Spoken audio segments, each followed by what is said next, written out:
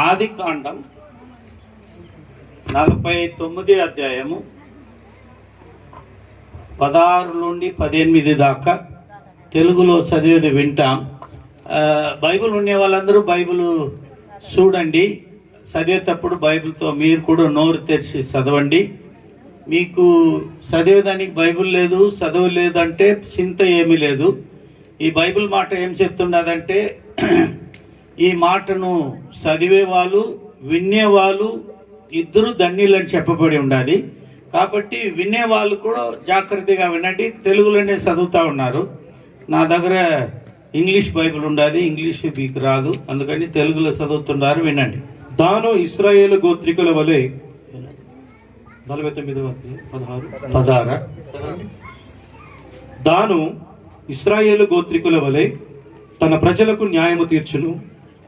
15 చదవండి తెలుగులో, ఇంగ్లీష్లో. అతడు విశ్రాంతి మంచిదగుటయు ఆ భూమి రమ్యమైనదగుటయు చూచిన గనుక అతడు మోయుటకు భుజము వంచుకొని వెట్టి చేయు దాసుడగును. దాను ఇశ్రాయేలు గోత్రికుల వలె తన ప్రజలకు న్యాయము తీర్చును. దాను ఇశ్రాయేలు గోత్రికుల వలె తన ప్రజలకు న్యాయము తీర్చును. దాను త్రోవలో సర్పముగాను దారిలో కట్ల పాముగాను ఉండును. అది గుర్రపు మడిమెలు కరచును. అందువలన ఎక్కువాడు వెనుకకు పడును. గుర్రముకి ఎక్కువాడు వెనకపడును. యెహోవా నీ రక్షణ కొరకు కనిపెట్టి ఉన్నాను. అందరూ చెప్తాం ఈ మాటను. యెహోవా నీ రక్షణ కోసం కనిపెట్టుకొని ఉన్నాను. ఇంకొకటి శబ్దముగా అందరూ ఇంకొకసారి 3 సార్లు చెప్పాలి. ఆమె అంతే అయింది. దేవుని స్తోత్రం. ఇది తన తన చనిపోయే కాలముకు కొద్ది ముందురు, లేకపోతే చనిపోయేదానికి ముందు యాకోబు అనే దేవుని భక్తుడు తనకు 12 కుమారులు 1 కుమార్తె ఉన్నారు. చనిపోయేదానికి ముందు ఒక్కొక్క కుమారునిగా పిలిచి వాళ్ళను ఆశీర్వదించినాడు. యాకోబుకు 4 భార్యల మూలముగా 12 కుమారులు 1 కుమార్తె కలిగి ఉన్నారు. యాకోబుకు ఆయన మొదట భార్య లేయా, రెండో భార్య రేచల్, వాళ్ళు పని వాళ్ళైన బిల్లా, జిప్లా, వీళ్ళందరూ నలుగురితో 12 కుమారులు కలిగినారు. ఆయన మొదట కుమారుడు రూబెన్, రెండో కుమారుడు సిమియోన్, 3 లేవి, 4 యూదా, 5 దాన్, 6 నప్తలి, 7 గాడ్, 8 ఆసార్, 9 ఇసకార్, జబులోన్, జోసెఫ్, ఆఖరిగా బెంజమిన్. ఈ 12 కుమారులను చనిపోయేదానికి ముందు తండ్రి ఆశీర్వదిస్తూ ఉన్నాడు. చనిపోయేదానికి ముందు మనం కూడా పల్లీలు కానీ లేదా ఏమంటారు విలేజ్లు కానీ సిటీలు కానీ టౌన్లు కానీ చనిపోయేదానికి ముందు తల్లిదండ్రులు వయసు అయిన కాలం చనిపోయేటప్పుడు తండ్రి ఏం చెప్తావు నాకు, తల్లి నాకేం చెప్తావు అని అడుగుతాం కదా. అదే సేమ్, అదే అట్ట పిల్లలందరూ యాకోబు పిలిచి ఆశీర్వదించినాడు. ఈ 12 కుమారులలో దాను అంత ఫేమస్ అయిన మనుషుడు కాదు. మిగిలిన కుమారులందరికీ అందరూ సహోదరులు ఘనత మర్యాద ఇస్తున్నారు, కానీ దానును అందరూ తక్కువగా చూసినారు. ఎందుకంటే వాళ్ళ దగ్గర అంత గిఫ్ట్స్ ఏం లేదు, హుషారైన మనుషుడు కాదు, వాళ్ళ మార్గంలో అంతే ఉంటాడు. అందుకని దానుని దేవుడు గొప్పగా ఏమి ఆశీర్వదించాడని అందరూ సహోదరులు ఆలోచించుకొని తండ్రి అయిన యాకోబు దగ్గర వచ్చినారు. నేను ఈ 12 కుమారులకు తండ్రి చెప్పిన ఆశీర్వాదం అంతా నేను మీతో మాట్లాడటంలో ఈరోజు రాత్రి దాను తన 5వ కుమారుడైన దానుని యాకోబు ఆశీర్వదించిన ఆశీర్వాదముని గురించి మీతో మాట్లాడబోతుండా. ఎంతమందికి ఆశీర్వాదం కావాలని ఇష్టపడుతున్నారు? చేయండి పైకెట్టి దేవునికి ఒక హల్లెలూయా చెప్తామా? మనం చనిపోయేటప్పుడు కూడా ఏదైనా ఆశీర్వాదం దొరుకుతుంది అని వెతుకుతాం. చనిపోయిన తర్వాత ఎక్కడ పోతాడో మనల్ని విడిచిపెట్టని ఎవరు చింతపడేది లేదు. ఏమైనా ఇచ్చిపోతాడా అని చింతపడతా ఉన్నాం. మనం ఇంకా బతికి ఉన్నాం కాబట్టి తప్పగా మనకు దేవుని ఆశీర్వాదం కావాలి. హల్లెలూయా. కాబట్టి దానికి ఏ రీతిగా ఆశీర్వాదం వచ్చింది, మీరు ఒక సమయం ఇటువంటి సందేశమును ఇంతకు ముందు మీరు విని ఉండరు. నేను సుమారు 53 సంవత్సరాలు దేవునితో నడుస్తూ ఉన్నా. దేవుణ్ణి ప్రత్యక్షముగా నేను చూసినవాడు. దేవుని శబ్దమును, నా శబ్దముని మీరు ఎట్ట వింటారో అట్ట విన్నవాడు. నేను ఒక హిందూ గృహంలో పుట్టి పెరిగి ఆ హిందూ శాస్త్ర ప్రకారం పెరిగి బతికినవాడు. ఆ అన్ని దేవుడిలో ఏకం శక్తి ఒకటి, దేవుడు ఒకటి అని వెతికినప్పుడు, ఆ ఒక దేవుడు ఎవరని వెతికినప్పుడు యేసు ప్రభుని ప్రత్యక్షముగా చూసి విని నా జీవితం మార్పాటమైంది. నేను సేవిస్తున్న దేవుడు నేడు దాకా నాతో ఉన్నాడని, నన్ను ఆశీర్వదిస్తాడని నేను ఎరిగి ఉన్నాను. కాబట్టి ఈ ఆశీర్వాదము నేను మీతో పంచుకున్నట్టుగా ఇష్టపడతా ఉన్నాను. హల్లెలూయా. ఈ ప్రియమైన దైవ సేవకుడు, ఈ ప్రాంతంలో సేవిస్తున్న పాస్టర్ గారు, ఇక్కడ వచ్చున్న దైవ సేవకులందరూ, వచ్చున్న బిడ్డలందరూ, ప్రియులందరూ, ఈ గ్రామస్తులందరికీ ఈ వాక్యం, ఈ దేవుని వాక్యం, ఈ ఆశీర్వాద మాటలు తప్పగా మీకు, మీ పిల్లలకు ఆశీర్వాదంగా ఉంటాయి. దీన్ని అల్పముగా ఆలోచన చేసి దీన్ని ఎవరు అలక్ష్యపరచగాకండి, నిర్విచారం చేయగాకండి. ఇది చాలా ప్రాముఖ్యమైన సంగతి. అందరికీ ఒక దినం పుట్టినాం, ఒక దినం తప్పగా చనిపోతాం. పుట్టింది ఎంత నిజమో చచ్చిపోయేది కూడా అంతే నిజం. దీన్ని ఎవరు కూడా మార్పు చేసుకోలేరు. ఇది తప్పగా అందరికి జరగబోయే సంగతి. మీరు ఎక్కడి నుండి వచ్చినారు మీకు తెలియదు. పుట్టినప్పుడు ఈ ఊర్లో పుట్టి ఉన్నారని అంతే మీకు తెలుసు. చచ్చినప్పుడు ఎక్కడ పోతారని కూడా తెలియదు. ఇటువంటి భవిష్యత్తు తెలియలేని జీవితమైన మన జీవితముకు భవిష్యత్తు ఒకటి ఉండాలని నా చేతుల్లో ఉన్న ఈ పరిశుద్ధ గ్రంథం చెప్తా ఉండాలి. దీన్ని మేము నమ్మి ఉంటాం. ఇది నిజం, ఇది సత్యం. నేను ఆరాధించే దేవుణ్ణి నాతో ఉండాడనేదానికి, ఈ వాక్యమును మీతో మాట్లాడడానికి ముందు ఒక చిన్న సాక్షి నేను మీతో చెప్పేదానికి ఇష్టపడుతున్నాను. నేను 1983 అనుకుంటా చెన్నై ఎయిర్పోర్ట్లో ఉండి, 82 83 ఉండవచ్చు, చెన్నై ఎయిర్పోర్ట్లో ఉండి సింగపూర్ మీటింగ్ కోసం పోతున్నాను. నేను 22 వయసు ఉన్నప్పుడే బయట దేశంలో, అన్య దేశంలో పోయి దేవునికి సేవ చేసే మార్గాలని నాకు తెలిసి ఇచ్చి ఉన్నాడు. నేను పోయేటప్పుడు నాతో సేవ చేస్తున్న సేవకులందరూ ఎయిర్పోర్ట్ దాకా వచ్చినారు, ప్రార్థన చేసినారు. తర్వాత అందరూ వెళ్ళిపోయినారు. నేను లోపల పోయినాను. ఆ కాలంలో ఇప్పుడు ఎయిర్పోర్ట్ ట్యాక్స్ అని ఒకటి కట్టవాలి, 500 రూపాయలు. ఇప్పుడు టికెట్ కొనేటప్పుడే ఎయిర్పోర్ట్ ట్యాక్స్ దాంతో కలిసి తీసుకుంటారు. కాబట్టి సెపరేట్ ఎయిర్పోర్ట్ ట్యాక్స్ ఇప్పుడు కట్టేది లేదు. కానీ ఇంతకు ముందు ఎయిర్పోర్ట్ ట్యాక్స్ తప్పగా కట్టి లోపల పోవాలి. టికెట్ తీసుకొని పోతే కూడా ఎయిర్పోర్ట్ ట్యాక్స్ పోయి లోపల కడితేనే ఫర్దర్ ఇమిగ్రేషన్ చెక్కింగ్, మీ బ్యాగ్ చెక్కింగ్ అంతా అవుతుంది, లోపల పోయేదానికి అవుతుంది ఏరోప్లేన్. నేను కోట్ షూట్ అంతా వేసుకొని టై కట్టుకొని నా కోట్ పాకెట్లో డబ్బులు పెట్టి ఉన్నా. డబ్బులు ఉండదని అందరూ ప్రార్థన చేసిపోయినారు. నేను లోపల పోయినా. లోపల పోయిన తర్వాత అక్కడ ఎయిర్పోర్ట్ ట్యాక్స్ కట్టే వాళ్ళు కూడా, మీరు ఎయిర్పోర్ట్ ట్యాక్స్ కట్టాలో డబ్బులు కట్టండి అన్నారు. నా పాకెట్లో చెయ్యి విడిచి చూస్తే పాకెట్లో ఉండే డబ్బులు లేదు. ఎట్టపోయిందో నాకు తెలియదు. పాకెట్లో నా దగ్గర అమెరికన్ ఎక్స్ప్రెస్ ట్రావెలర్ చెక్, నాకు ఖర్చు కావాల్సింది ట్రావెలర్ చెక్ ఉండేది. ఇండియన్ మనీ క్యాష్ పెట్టుకుని ఉన్న ఎయిర్పోర్ట్ ట్యాక్స్ కట్టేదానికి. ఆ డబ్బులు నా పాకెట్లో పెట్టినా కానీ ఎట్టపోయిందో నాకు తెలియటంలో డబ్బులు లేదు. ఇప్పుడు ఆ ఎయిర్పోర్ట్లో ఎవరి దగ్గర పోయి డబ్బులు అడగాలా?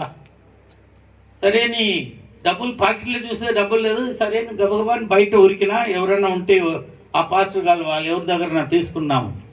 అక్కడ పోయి చూస్తే ఎవరు లేదు, వెళ్ళిపోయినా. ఏం చేసేది తెలియటంలే. అక్కడ ఎవరు కూడా నాకు పరిచయం ఉండేవాళ్ళు లేరు. సరే మరి లోపల వచ్చిన, మళ్ళీ ఎయిర్పోర్ట్ ట్యాక్స్ అన్నారు. మళ్ళీ బయట ఉరికిన, మళ్ళీ ఎవరైనా వచ్చినరా పరిచయం ఉండాలి, ఎవరు లేదు. 2 సారి పోయేటప్పుడు ఆడ డోర్లో నిలబడిన ఎయిర్పోర్ట్ పోలీస్ మ్యాన్, సార్ ఏ ఫ్లైట్ పోతున్నారు? నేను చెప్పిన సింగపూర్ ఎయిర్లైన్. మీకు టైం అయింది, ఇంకా టైం లేదు, భిన్న పోండి అంటున్నాడు. సార్ లేదు, ఒకరిని చూడాలి. 2 సారి భిన్న పోండిని నన్ను తిరిగి పంపాలని చూస్తున్నాను. లేదు సార్, అర్జెంట్ బయట పోయి చూడాలి. పోయినా మూడోసారి పోయినప్పుడు ఆయన పెట్టి నిలబెట్టిండు. లేదు సార్ బయట ఉండారేమని. మళ్ళీ తిరిగి వచ్చిన, అందరూ వెళ్ళిపోయినా తిరిగి వచ్చిన. అప్పుడు నా చేయి పట్టుకొని, సార్ ఎందుకు ఇటు ఉరుకుతూ ఉన్నారు, నేను అడుగుతున్నాను కదా, ఒక మాట చెప్పకూడదు, ఏమైంది, ఎందుకు, సింగపూర్ దగ్గరనే కదా, 2 అవర్లో తిరిగి రావచ్చు కదా, కావాలంటే ఇంటి విడిచిపెట్టి పోతున్నామని చింతపడుతున్నారా, ఏడుస్తున్నారా అని నన్ను అడిగినాడు. అట్టట్టు ఏమి లేదయ్యా, నేను ప్రభు నమ్ముకొని సేవకు వచ్చిన, నా లైఫ్లో నాకు డబ్బులు కావాలని ఎవరిని అడిగింది ఇప్పుడు దాకా లేదు, ఇప్పుడు దాకా కూడా లేదు. ఏది కావాలంటే కూడా దేవుని మోకరించి ప్రార్థించేవారు. కానీ దేవుడి దగ్గర మోకరించి ప్రార్థన చేసుకునేంత టైం అక్కడ లేదు, ఫ్లైట్కి టైం అవుతూ ఉండాలి. ఇప్పుడు ఏం చేసేది తెలియటంలా. ఆ ఎయిర్పోర్ట్ పోలీసు నా చేయి పెట్టి నిలబెట్టి, సార్ 2 సారి 3ఓసారి చెప్తున్నాం, మీరు ఇంత అర్జెంట్ ఇటు చెమటకాయలు ఉరుకుతున్నారు ఏసీలో, మీరు ఎందుకు నాకు చెప్పకూడదు, నేను అడుగుతున్నాను, నాకు చెప్పలేదు, మీరు బయట లోపల ఉరుకుతూ ఉన్నారని. మొదట నేను చెప్పకూడదు సార్ నేను ఎవరి దగ్గర డబ్బులు అడిగి అలవాట్లేదు. అప్పుడు ఆయన అన్నాడు, తన పాకెట్లోండి తీసి నాకు డబ్బులు ఇచ్చినాడు. నేను తీసుకునేదానికి కొద్ది ఎక్కడ తీసుకోవాలనుకున్నా. మళ్ళీ ఆయన ఎప్పుడు చూసేది ఎప్పుడు ఇచ్చేది. సార్ పర్వాలేదు తీసుకోండి అని బలవంతంగా నా పాకెట్లో వేసినాడు. తర్వాత ఆయనను చూసి, అప్పుడు ఆ ఎయిర్పోర్ట్ పోలీస్ ట్యాగ్ ఉండింది, ఆయన పేరు పోలీస్ నెంబర్ 2 ఉండింది. అది 2 నా డైరీలో రాసుకొని, సార్ నేను పోయి తిరిగి వచ్చినప్పుడు ఈ ఎయిర్పోర్ట్లో మీకు ఈ డబ్బులు ఇయ్యక నేను ఎయిర్పోర్ట్ విడిచిపెట్టి బయట పోను, తప్పగా మీకు డబ్బులు ఇచ్చిపోతాను sir, thank you very much, god bless you sir అని ఆయనకు ఒక చిన్న ప్రార్థన చేసి ఉరికిన. ఎయిర్పోర్ట్ ట్యాక్స్ కట్టిన, పోయిన 2 నెలల తర్వాత తిరిగి వచ్చిన తర్వాత అన్ని చెక్కింగ్ అంతా, ఇమిగ్రేషన్ చెక్కింగ్ అయింది, బ్యాగ్ చెక్కింగ్ అంతా అయింది. తర్వాత బయట వచ్చినప్పుడు ఏం చేయాలా, నేను డబ్బులు తిరిగి ఇవ్వాలనా లేదా, తిరిగి ఇవ్వాలి. అక్కడ ఉన్న పోలీసు వారికి అడిగిన, సార్ ఆ పోలీసు చూసిన, అక్కడెక్కడ తిరిగి చూసిన, ఎక్కడ ఆ పోలీసు కనపడలేదు. తర్వాత అక్కడ ఉన్న పోలీసు వాళ్ళని, సార్ ఈ పేరు ఈ నెంబర్ ఉండే 2 నెలల కిందట ఆయన నాకు డబ్బులు ఇచ్చిండ్రు, డబ్బులు తక్కువపడి ఉంటే నన్ను ఆయనకు తిరిగి ఇవ్వాలా, ఆయన ఏ డ్యూటీలు ఉండారు చెప్తారా సార్ అని అడిగిన. 10-15 పోలీసులు అడిగినా ఎవరు చెప్పినారు, అటువంటి పోలీసు లేదు, అటువంటి నెంబరే లేదు మాకన్నా. తర్వాత నేను వాళ్ళని నమ్మటం లేదు, ఎందుకంటే నేను తీసుకున్నాను, నాకు తెలుసు, వాళ్ళు చూడలేదు. వాళ్ళు చెప్పేది నిజమా, నేను చెప్పేది నిజమా? నేను చెప్పేదే నిజం, ఎందుకంటే నాకు ఆ పోలీసు, ఎయిర్పోర్ట్ పోలీసు డబ్బులు ఇచ్చినాడు. వాళ్ళు 10-15 పోలీసులు అడిగితే, లేదు సార్ అట్టటి వాళ్ళు ఎవరు అంటున్నారు, లేదు సార్ మీకేం ట్రాన్స్ఫర్ అయిందో ఏమో, మీరు తెలియదో ఏమో, వేరే డ్యూటీకి వస్తాడో ఏమో, ఏం చెప్పినాను లేదు సార్ అన్నారు. తర్వాత లాస్ట్గా డైరెక్ట్గా ఎయిర్పోర్ట్ కలెక్టర్ దగ్గర పోయినా. మీకు అందరికీ తెలుసు, ఎయిర్పోర్ట్కి హెడ్ ఎయిర్పోర్ట్ కలెక్టర్ ఉంటాడు. డైరెక్ట్గా ఎయిర్పోర్ట్ కలెక్టర్ దగ్గర పోయి, సార్ సో డేట్ నేను ఎయిర్పోర్ట్ విడిచిపెట్టిపోయినా, అప్పుడు ఈ పేరు ఈ నెంబర్ కల పోలీస్, ఎయిర్పోర్ట్ పోలీస్ నాకు డబ్బులు ఇచ్చిండు ట్యాక్స్ కట్టేదానికి, ఆయనకు తిరిగి ఇవ్వాలా, ఆయనది ఏం డ్యూటీ ఉండదు చెప్పండి సార్ అన్న. ఆయన కూడా కూర్చొని ఉన్నాడు. ఆయన లేచి చూసేసి, సార్ ఇట్ట పేరు ఇట్ట నెంబర్ మా ఎయిర్పోర్ట్లో అట్ట పోలీసు లేదన్నాడు. నేను లేదు సార్, నేను తీసుకొని పోయినా, నేను ఆయన దగ్గర తీసుకునింది, ఆయన నా చేతులు 3 సారి నన్ను నిలబెట్టిండు, 3ఓసారి డబ్బులు ఇచ్చి లోపల పంపినాడు. ఆయన ఇయ్యకపోయి ఉంటే నేను పోయేదానికి మార్గమే లేదు అని చెప్పిన. ఆ కలెక్టర్, లేదు సార్ ఉండారు, మీరు చెక్ చేయండి. ఆయన రిజిస్టర్ తీసుకుని వచ్చినాడు. ఆ కాలంలో అది ఏ కాలం అంటే శ్రీలంక ప్రాబ్లం జరుగుతూ ఉండదు, ఎల్టీటీ ప్రాబ్లం, ఆ టైం అది.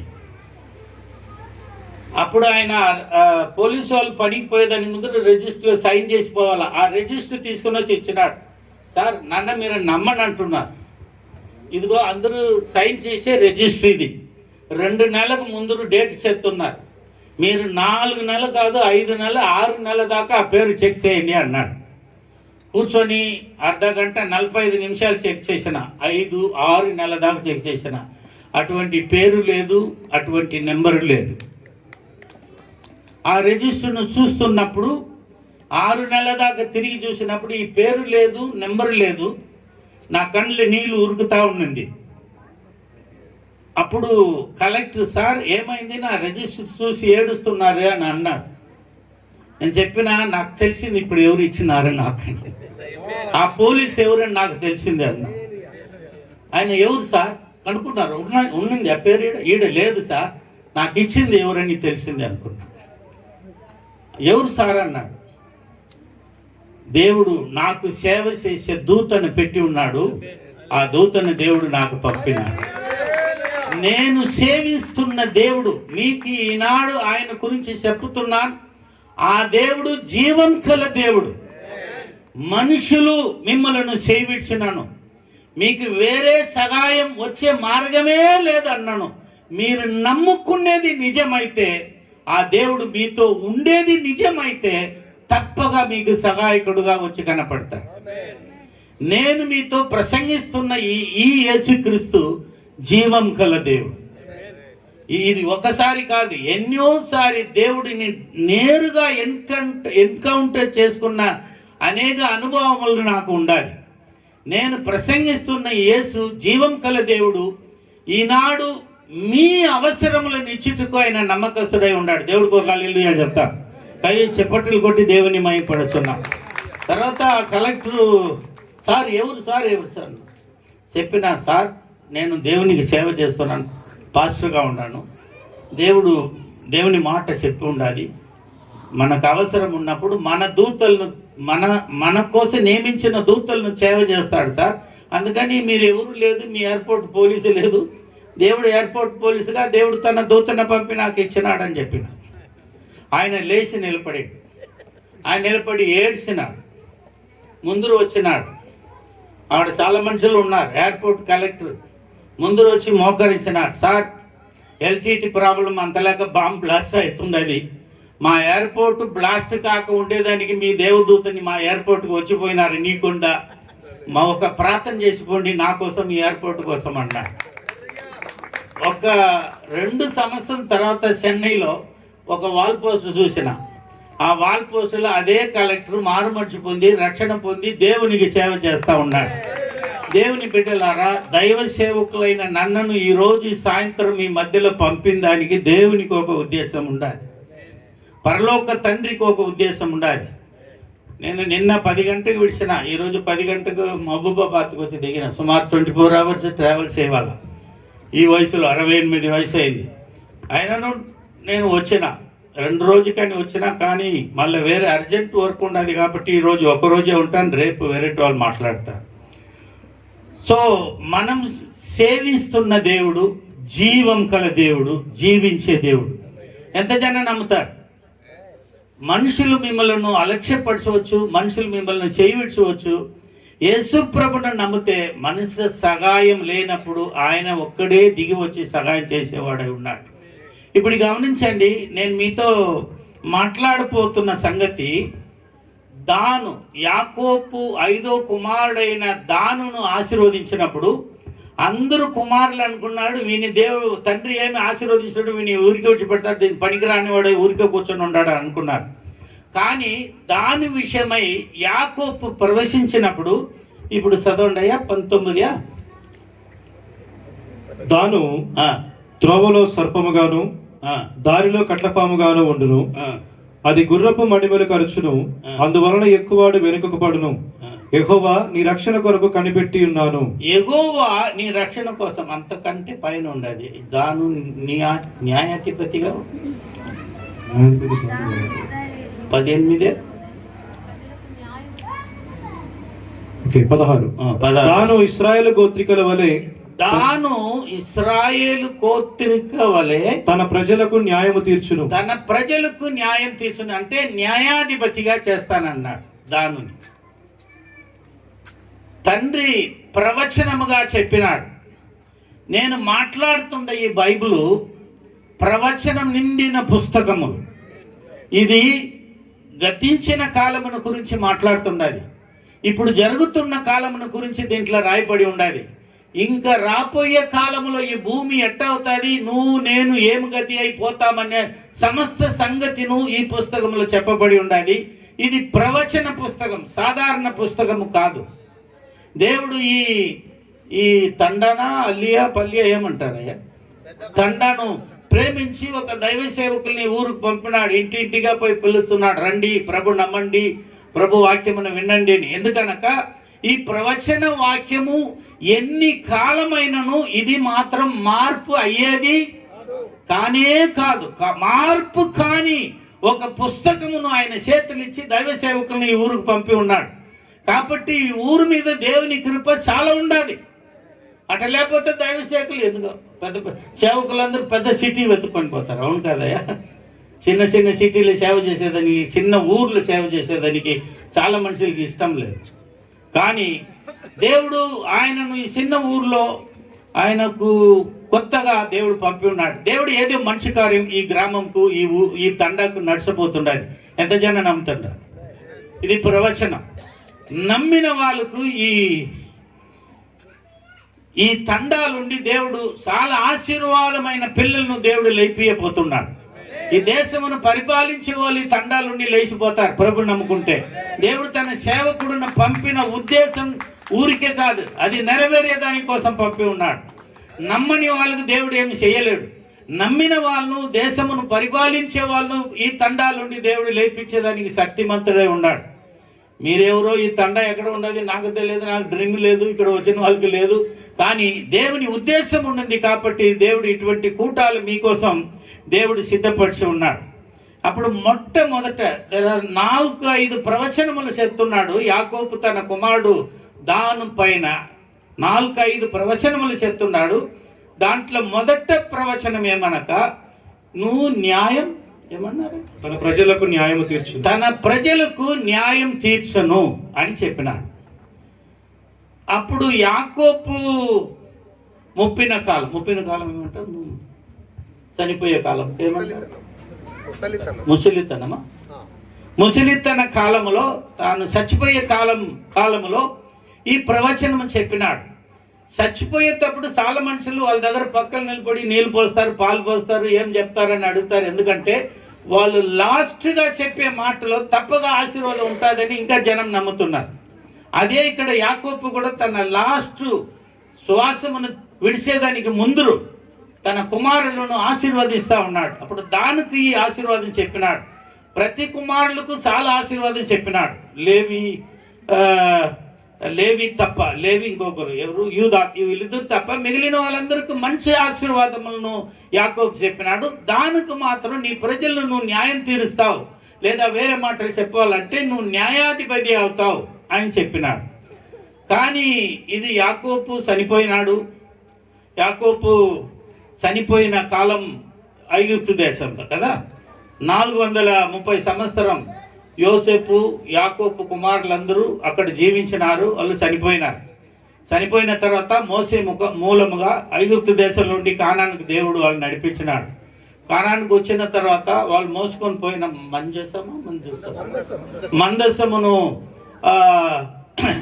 షైలోలో తీసుకొని పోయి పెట్టి అక్కడనే దేవునికి ఆలయం కట్టి అక్కడ ఆరాధన చేసేదానికి యెహోషువ నడిపించినాడు. యోర్దాను నది దాటుటకు ముందరే మోసే చనిపోయినాడు కాబట్టి యెహోషువ నడిపించుకొని పోయినాడు. యెహోషువ కాలం అయిన తర్వాత నుండి ఇశ్రాయేల్లో ఈ న్యాయస్థాపకులు, న్యాయాధిపతులు పరిపాలించే కాలం వచ్చింది. అప్పుడు దాకా సుమారు యాకోబు ప్రవచనం చెప్పి ఆడనే 430 సంవత్సరాలు అయింది. తర్వాత వీళ్ళు ప్రయాణం చేసిన 40 సంవత్సరం తర్వాత మోసే చనిపోయింది. తర్వాత వాళ్ళు దేశాన్ని 36 దేశములను యుద్ధం చేసి జయించేది.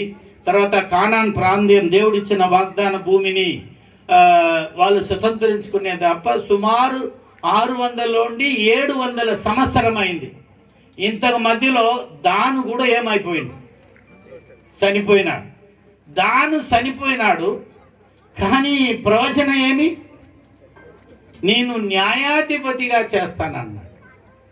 ఇప్పుడు దేవుని సేవకుడైన యాకోబు చెప్పిన మాట అబద్ధమా నిజమా?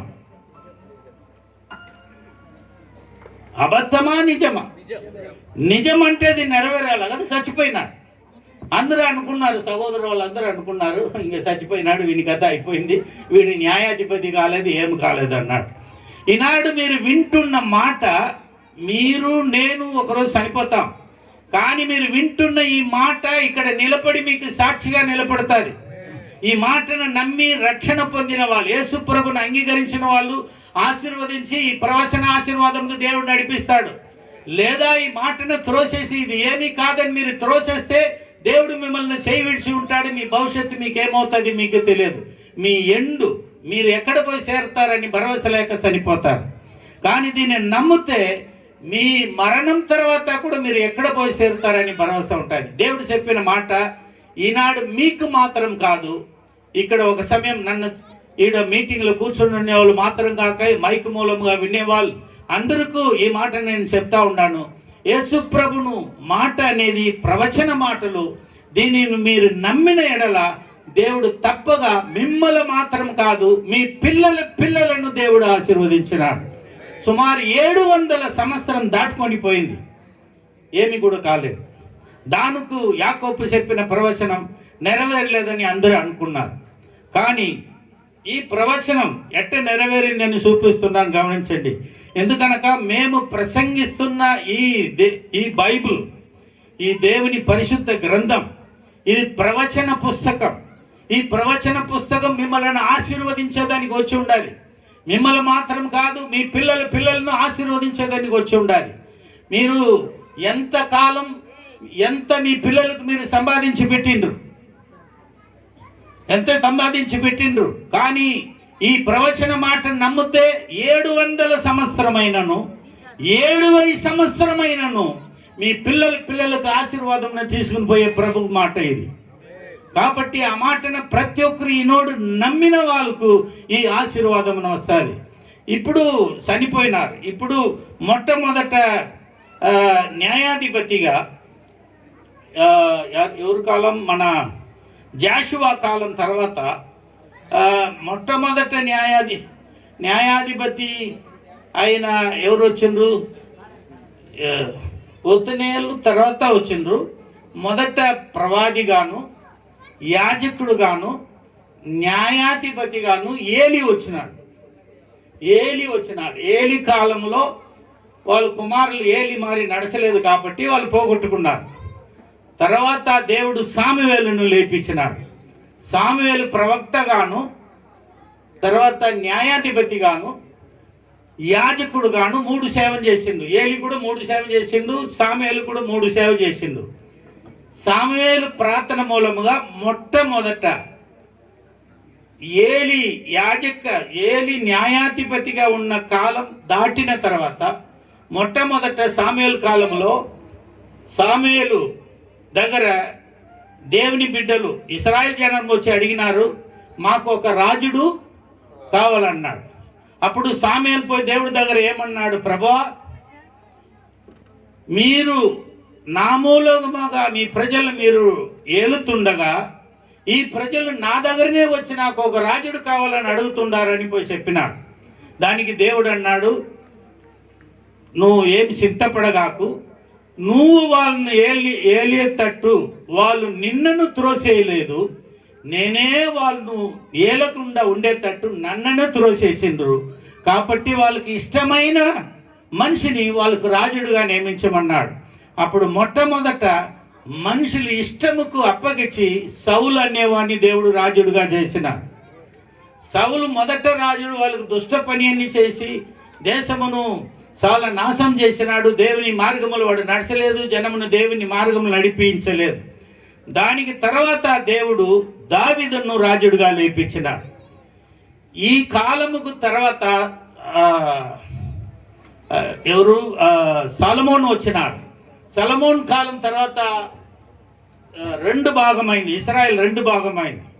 అయిన తర్వాత కాలములనే తర్వాత చాలా న్యాయాధిపతులు వచ్చినారు. సుమారు 6 లేదా 7 న్యాయాధిపతులు లేచిండ్రు. మొదట ఒత్నియేలు కదా, లాస్ట్ ఏమంటారు తెలుగులో? ఒత్నియేలు మొదట. అట్ట మళ్ళా 5 ఉన్నారు. 7వది మనోవా కుమారుడు. ఇప్పుడు పోతాం. మనోవా కుమారుడు 13వ అధ్యాయం. న్యాయాధిపతి ఏమంటారు? న్యాయాధిపతులు 13వ అధ్యాయం 1-5 దాకా చదువుతాం. ఇశ్రాయేలీలు మరలా యెహోవా దృష్టికి దోషులు కాగా అందరూ కొద్ది జాగ్రత్తగా ఉంటాం. యెహోవా 40 సంవత్సరములు వారిని ఫిలిష్తీయుల చేతికి అప్పగించెను. ఆ కాలమున దాను వంశస్థుడును జోరియా పట్టణస్థుడునైన ఆ కాలములో దాను వంశస్థుడును జోరియా పట్టణస్థుడునైన మనోహ అను ఒకడుండెను.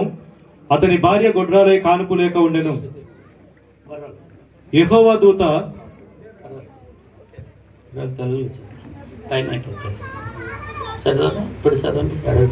యెహోవా దూత ఆ స్త్రీకి ప్రత్యక్షమై పైన చదవండి. ఆ కాలమున దాను వంశస్థుడు గమనించాలా, సుమారు 700 సంవత్సరం తర్వాత దాను వంశుడు. ఇప్పుడు ఏలీ కాలము నుండి సలమోన్ కాలం దాకా సుమారు ఒక 300 సంవత్సరం పోతే దాదాపు 900 ఏండ్లకు తర్వాత ఈ దేవుడు సంసోనును ఎట్ట ఎన్నుకున్నాడు చూడండి. ఇప్పుడు చదవండి.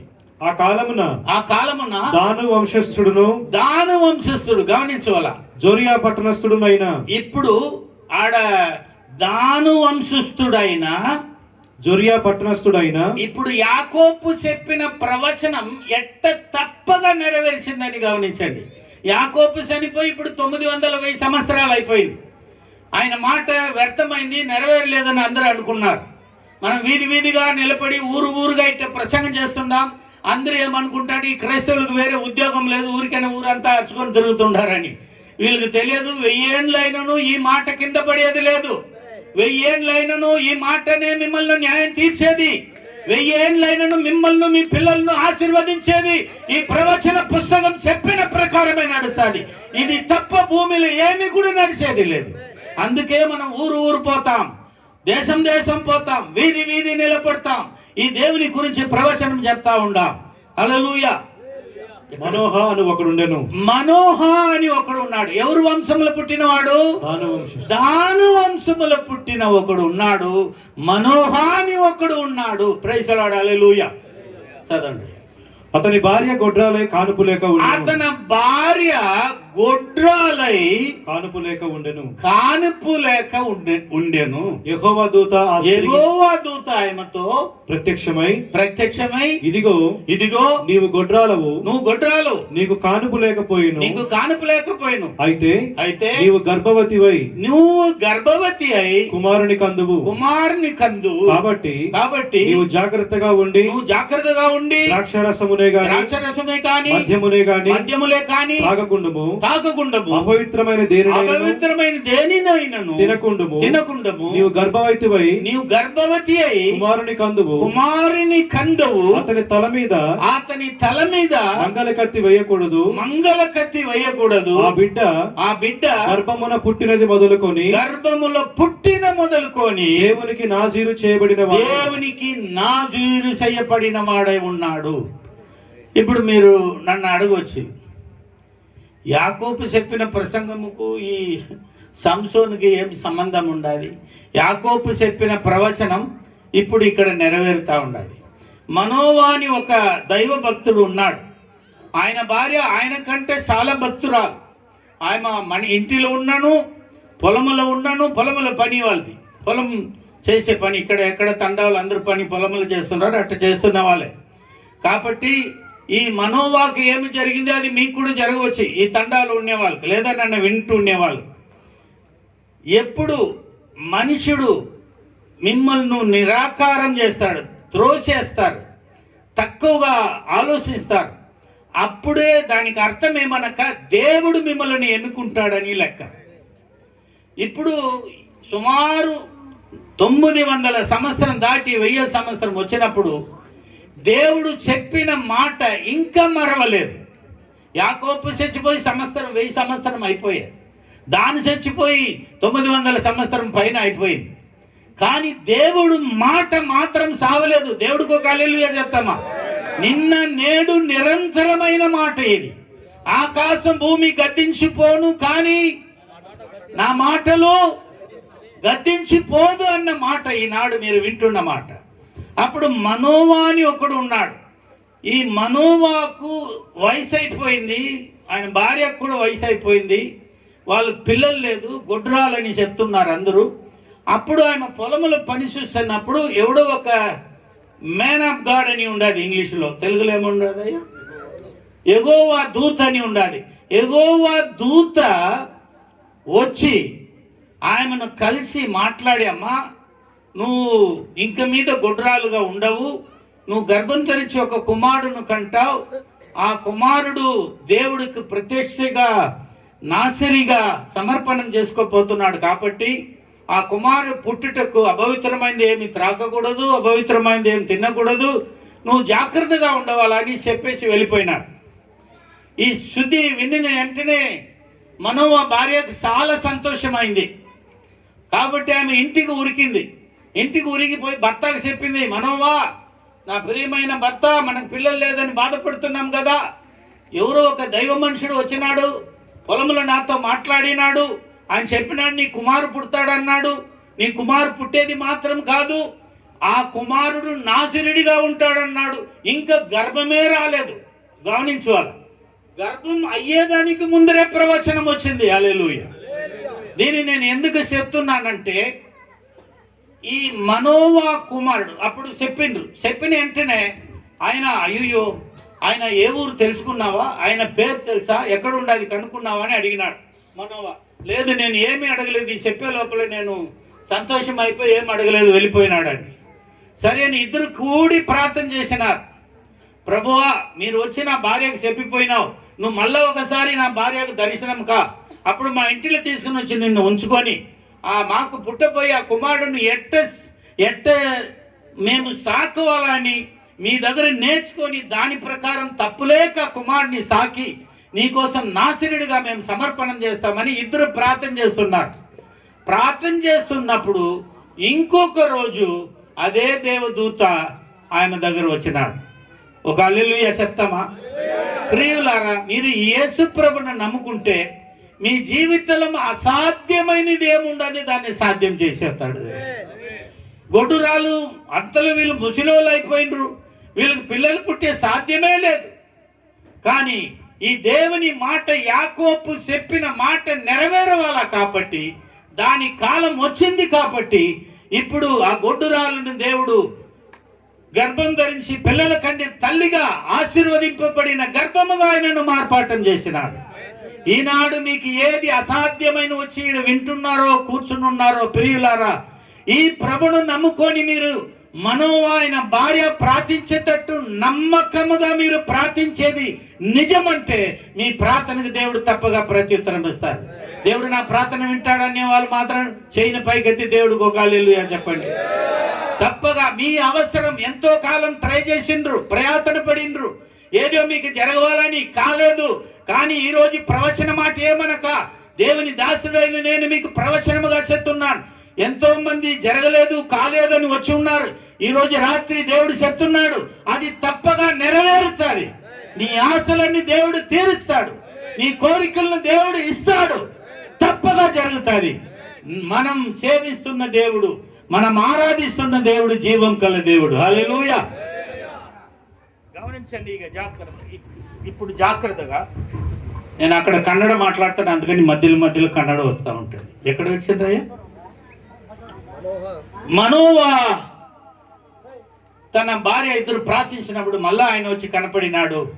అప్పుడు ఆయన చెప్పింది, అయ్యో దేవునికు సేవకుడా, దేవుని మనుషుడా, నేను శుద్ధిని తీసుకుని మా ఇంటి ఆయనకి చెప్పిన ఆయన చాలా సంతోషపడినాడు. ఆయన మా ఇంటికి నిన్ను పిలుచుకొని రమ్మన్నాడు. అంటే నేను మీ ఇంటికి రానన్నాడు. అయితే కొద్ది సమయం ఎన్నే తట్టుకో, నేను పోయి నా భర్తను పిలుచుకొని వస్తాను, ఊరికి పోయి భర్తను పిలుచుకొని వచ్చింది. ఇద్దరు వచ్చి చాలా గోజారినారు, అడిగినారు, దయచేసి మా ఇంటికి రా, మా ఇంటిలో ఉండు, అన్నం తిన్ను, మీకు అన్నీ ఇస్తామన్నారు. నేను మీ ఇంటికి రాని, మీ ఇంట్లో అన్నం తినను అన్నాడు. కానీ దేవదూతుడు వచ్చిన ఉద్దేశం ఇంటిలో కూర్చొని అన్నం తినేదానికి కాదు, దేవుని ప్రవచనం నెరవేరేదాని కోసం దేవుడు పంపినాడు. కాబట్టి ఆయన చెప్పినాడు, అయితే మీ ఇంటిలో నేను వచ్చి అన్నం తినను, మీరు ఒకటి చేయండి, అప్పుడు దాకా నేను ఉంటాను, దేవునికి బలి ఇయ్యండి, నేను అప్పుడు దాకా ఇక్కడ ఉంటానని చెప్పినారు. దేవుడికి వాళ్ళు బలి ఇచ్చినారు, బలి తీసుకుని వచ్చినారు, బలి ఇచ్చినారు. బలి ఇచ్చిన తర్వాత ఆకాశం నుండి అగ్గి దిగి వచ్చి ఆ బలిను దహించి దాంట్లోండి పొగ బయట పోతుంది. పొగ అంటారా? పొగ పైన పోతుంది. పొగ పైన పోయేటప్పుడు ఆడ నిలబడి ఉన్న దేవుని మనుషుడు కూడా ఆ పొగ ఎంబడి పైన కనపడగా పోయినాడు. అప్పుడు మనోవా భార్యకు తెలిసింది, మనం మాట్లాడేది సాధారణ మనుషుడు కాదు, పరలోకం నుండి వచ్చిన దేవుడు. ఇప్పుడు ఈడ గమనించుకోండి, యాకోబు ఏమన్నాడు? నా రక్షణ చూడవాలనా? ఏమని చదివి? నా ప్రజలకు న్యాయము తీర్చు. నా రక్షణ నేను చూడవాలనా? ఎట్ట తెలుగు? నీ రక్షణ కొరకు కనిపెట్టు. నీ రక్షణ కోసం కనిపెట్టుకుని ఉండాలి. రక్షణ అనే మాట హీబ్రూ భాషలో యావే అని ఉండాలి. యావే అంటే యెహోవా, యావే అంటే యేసు, యావే అంటే క్రీస్తు, రక్షకుడు అని అర్థం. యేసు అంటే ఏమర్థము? రక్షకుడు.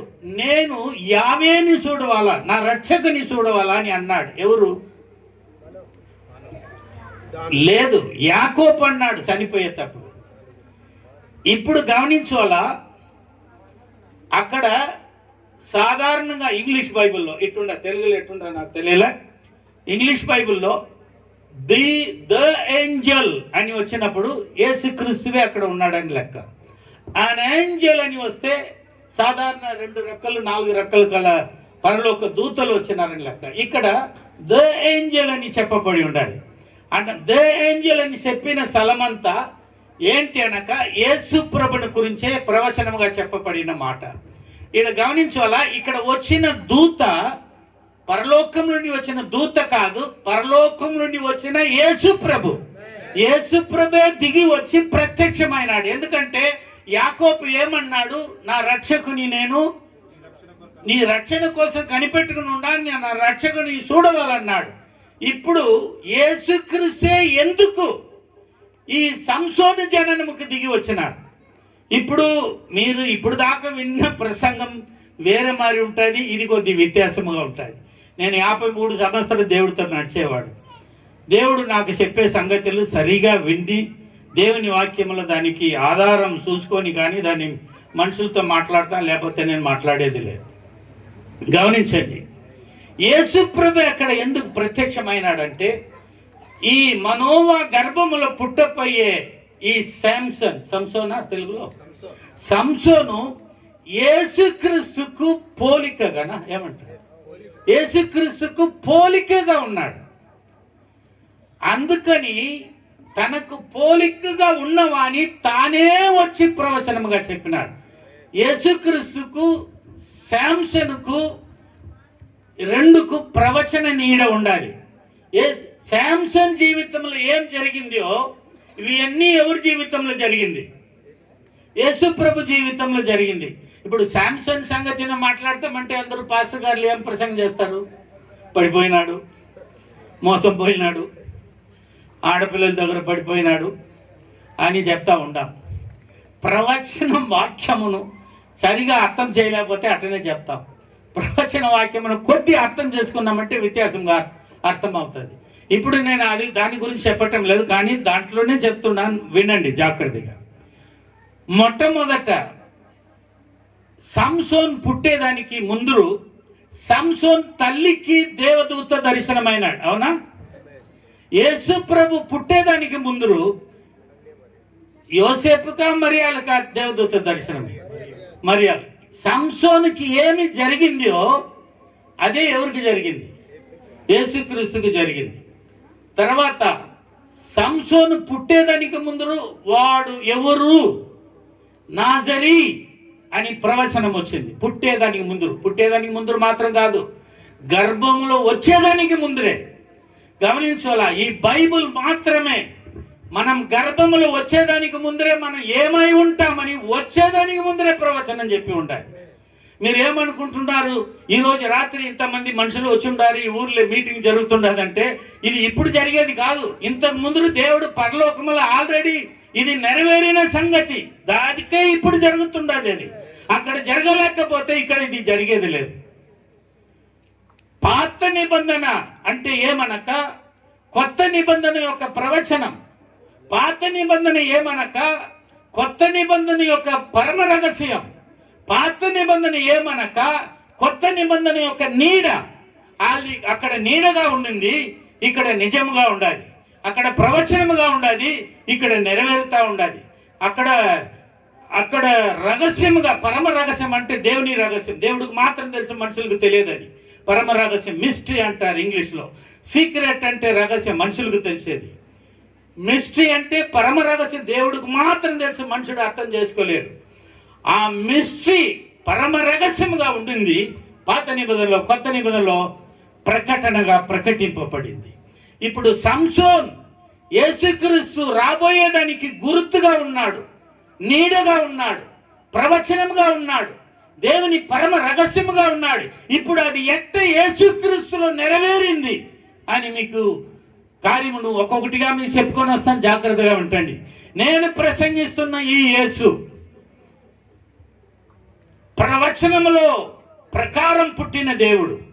నేను ఇప్పుడు చెప్పబోయే సంగతి 1000 సంవత్సరములను ఒక్క అక్షరం విడిసగా ఎట్ట అది ఉన్నట్టే నెరవేరింది. ఏమంటారు తెలుగు? ఉన్నది ఉన్నట్టే, ఒక అక్షరం మిస్టేక్ కాక నెరవేరి ఉండాలి. సంసోన్ జీవితంలో ఏమేం జరిగింది అదంతా ఎవరి జీవితంలో జరిగింది? యేసు ప్రభు జీవితంలో జరిగింది. ఎందుకంటే అది నీడ, ఇది నిజం. ఎందుకంటే అది ప్రవచనం, ఇది నెరవేరే స్థలం. ఎందుకనగా అది దేవుని పరమ రహస్యం, ఇది ప్రకటన. దేవుని ప్రకటన ఎప్పుడు దొరుకుతుందంటే పరిశుద్ధాత్మ అభిషేకం మీ మీద వచ్చినప్పుడు బైబిల్లో ఉన్న పరమ రహస్యములు దేవుడు మీకు ప్రకటిస్తాడు. అందుకే యేసు ప్రభు పరలోకం పోయి మన కోసం దేవుని ఏమంటారు పరిశుద్ధ ఆత్మను మన కోసం పంపినాడు.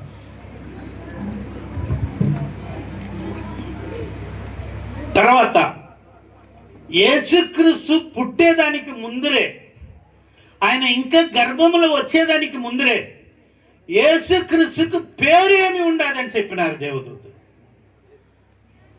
యేసుక్రీస్తు పుట్టేదానికి 750 సంవత్సరం కిందట ప్రవక్త అయిన యేసయ్య ఆయనకి ఇమ్మానుయేల్ అని పేరు పెట్టమన్నాడు. అదే ప్రవక్త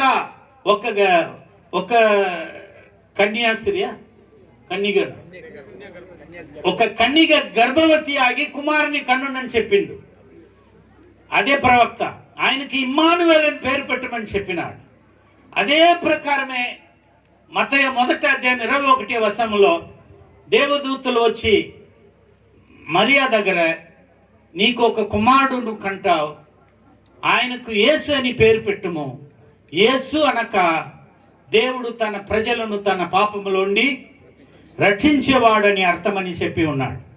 సో ఈ ప్రవచనం చెప్పిన అప్పుడు ఎట్ట దేవదూతలు ఆ మనోవ భార్య దర్శనమైనారు, అట్టనే యేసుక్రీస్తు పుట్టేదానికి ముందు యేసుక్రీస్తు తల్లి అయిన మరియలకు దర్శనమైనారు. పుట్టేదానికి ముందరే ఆడు నాసరుడు అవుతాడని పేరు పెట్టిండ్రు. ఈయన పుట్టేదానికి ముందరే యేసు క్రీస్తు ఇమ్మానుయేల్ అని పేరు పెడతారని చెప్పినారు. ఈ భూలోకములో పుట్టిన ఎవరికి కూడా కోటిలో ఒకరు కూడా పుట్టేదానికి ముందరే 3500 సంవత్సరము ముందరే ఆయన ఎట్ట పుడతాడు, ఎక్కడ పుడతాడు, ఏ ఊర్లో పుడతాడు, ఆయనకు పేరేమి, ఊరేమి, వాళ్ళ తల్లి ఎవరు, తండ్రి ఎవరు, వాళ్ళు తినేది ఏమి, సచ్చేది ఎట్ట, బతికేది ఎట్ట, పునర్ధానం అయ్యేది, ఎంత 3500 సంవత్సరం కిందటనే యేసుక్రీస్తుకు చెప్పిన ప్రతి ప్రవచనం, ప్రతి మాట, ప్రవచన మాటమంతా ఒక్కటి తప్పగా నెరవేరింది. చెప్పటలు కొట్టి దేవుని మహిమపరుస్తామా? హల్లెలూయా. కాబట్టి ఈరోజు రాత్రి మీరు వింటున్న ఈ యేసు ప్రభు సాధారణ దేవుడు కాదు, ఆయన ప్రవచనములు నెరవేరిన సత్యమైన నిత్యమైన దేవుడు. ఆయన మిమ్మల్ని ఈరోజు రాత్రి రక్షించాలని ఇష్టపడుతున్నాడు. గమనించండి. తర్వాత ఈ శాంసన్ మొదట ఆయన న్యాయాధిపతి అయినాడు. అది కూడా గమనించాలా. మొదట 6 న్యాయాధిపతులు వచ్చినారు. ప్రతిసారి ఇశ్రాయేల్ జనం దాసులైపోతా ఉన్నారు. ఆఖరిగా దేవుడు మనోవ కుమారుడైన సంసోనును న్యాయాధిపతిగా చేసినాడు. సంసోను ఎందుకు న్యాయాధిపతి అయినాడంటే 1000 ఏండ్ల తర్వాత యాకోబు చెప్పిన ప్రవచనం ఆడ నెరవేరేదాని కోసం. సో ఎన్ని సంవత్సరాలైనను ఈ బైబిల్లో రాయబడిన మాట ఒక్కటి కూడా కింద పడదు. ఇది తప్పగా నెరవేరే పుస్తకం. దేవుడు మిమ్మల్ని ఆశీర్వదించే ఆశీర్వాదం ఈ పరిశుద్ధ గ్రంథంలో ఉండాలి. మీరు డైలీ దీన్ని వెతుకోవాలా, దీన్ని చదువాలా, దీంట్లో ఉండేది నమ్మవాలా, ఆశీర్వాదం పొందుకోవాలా.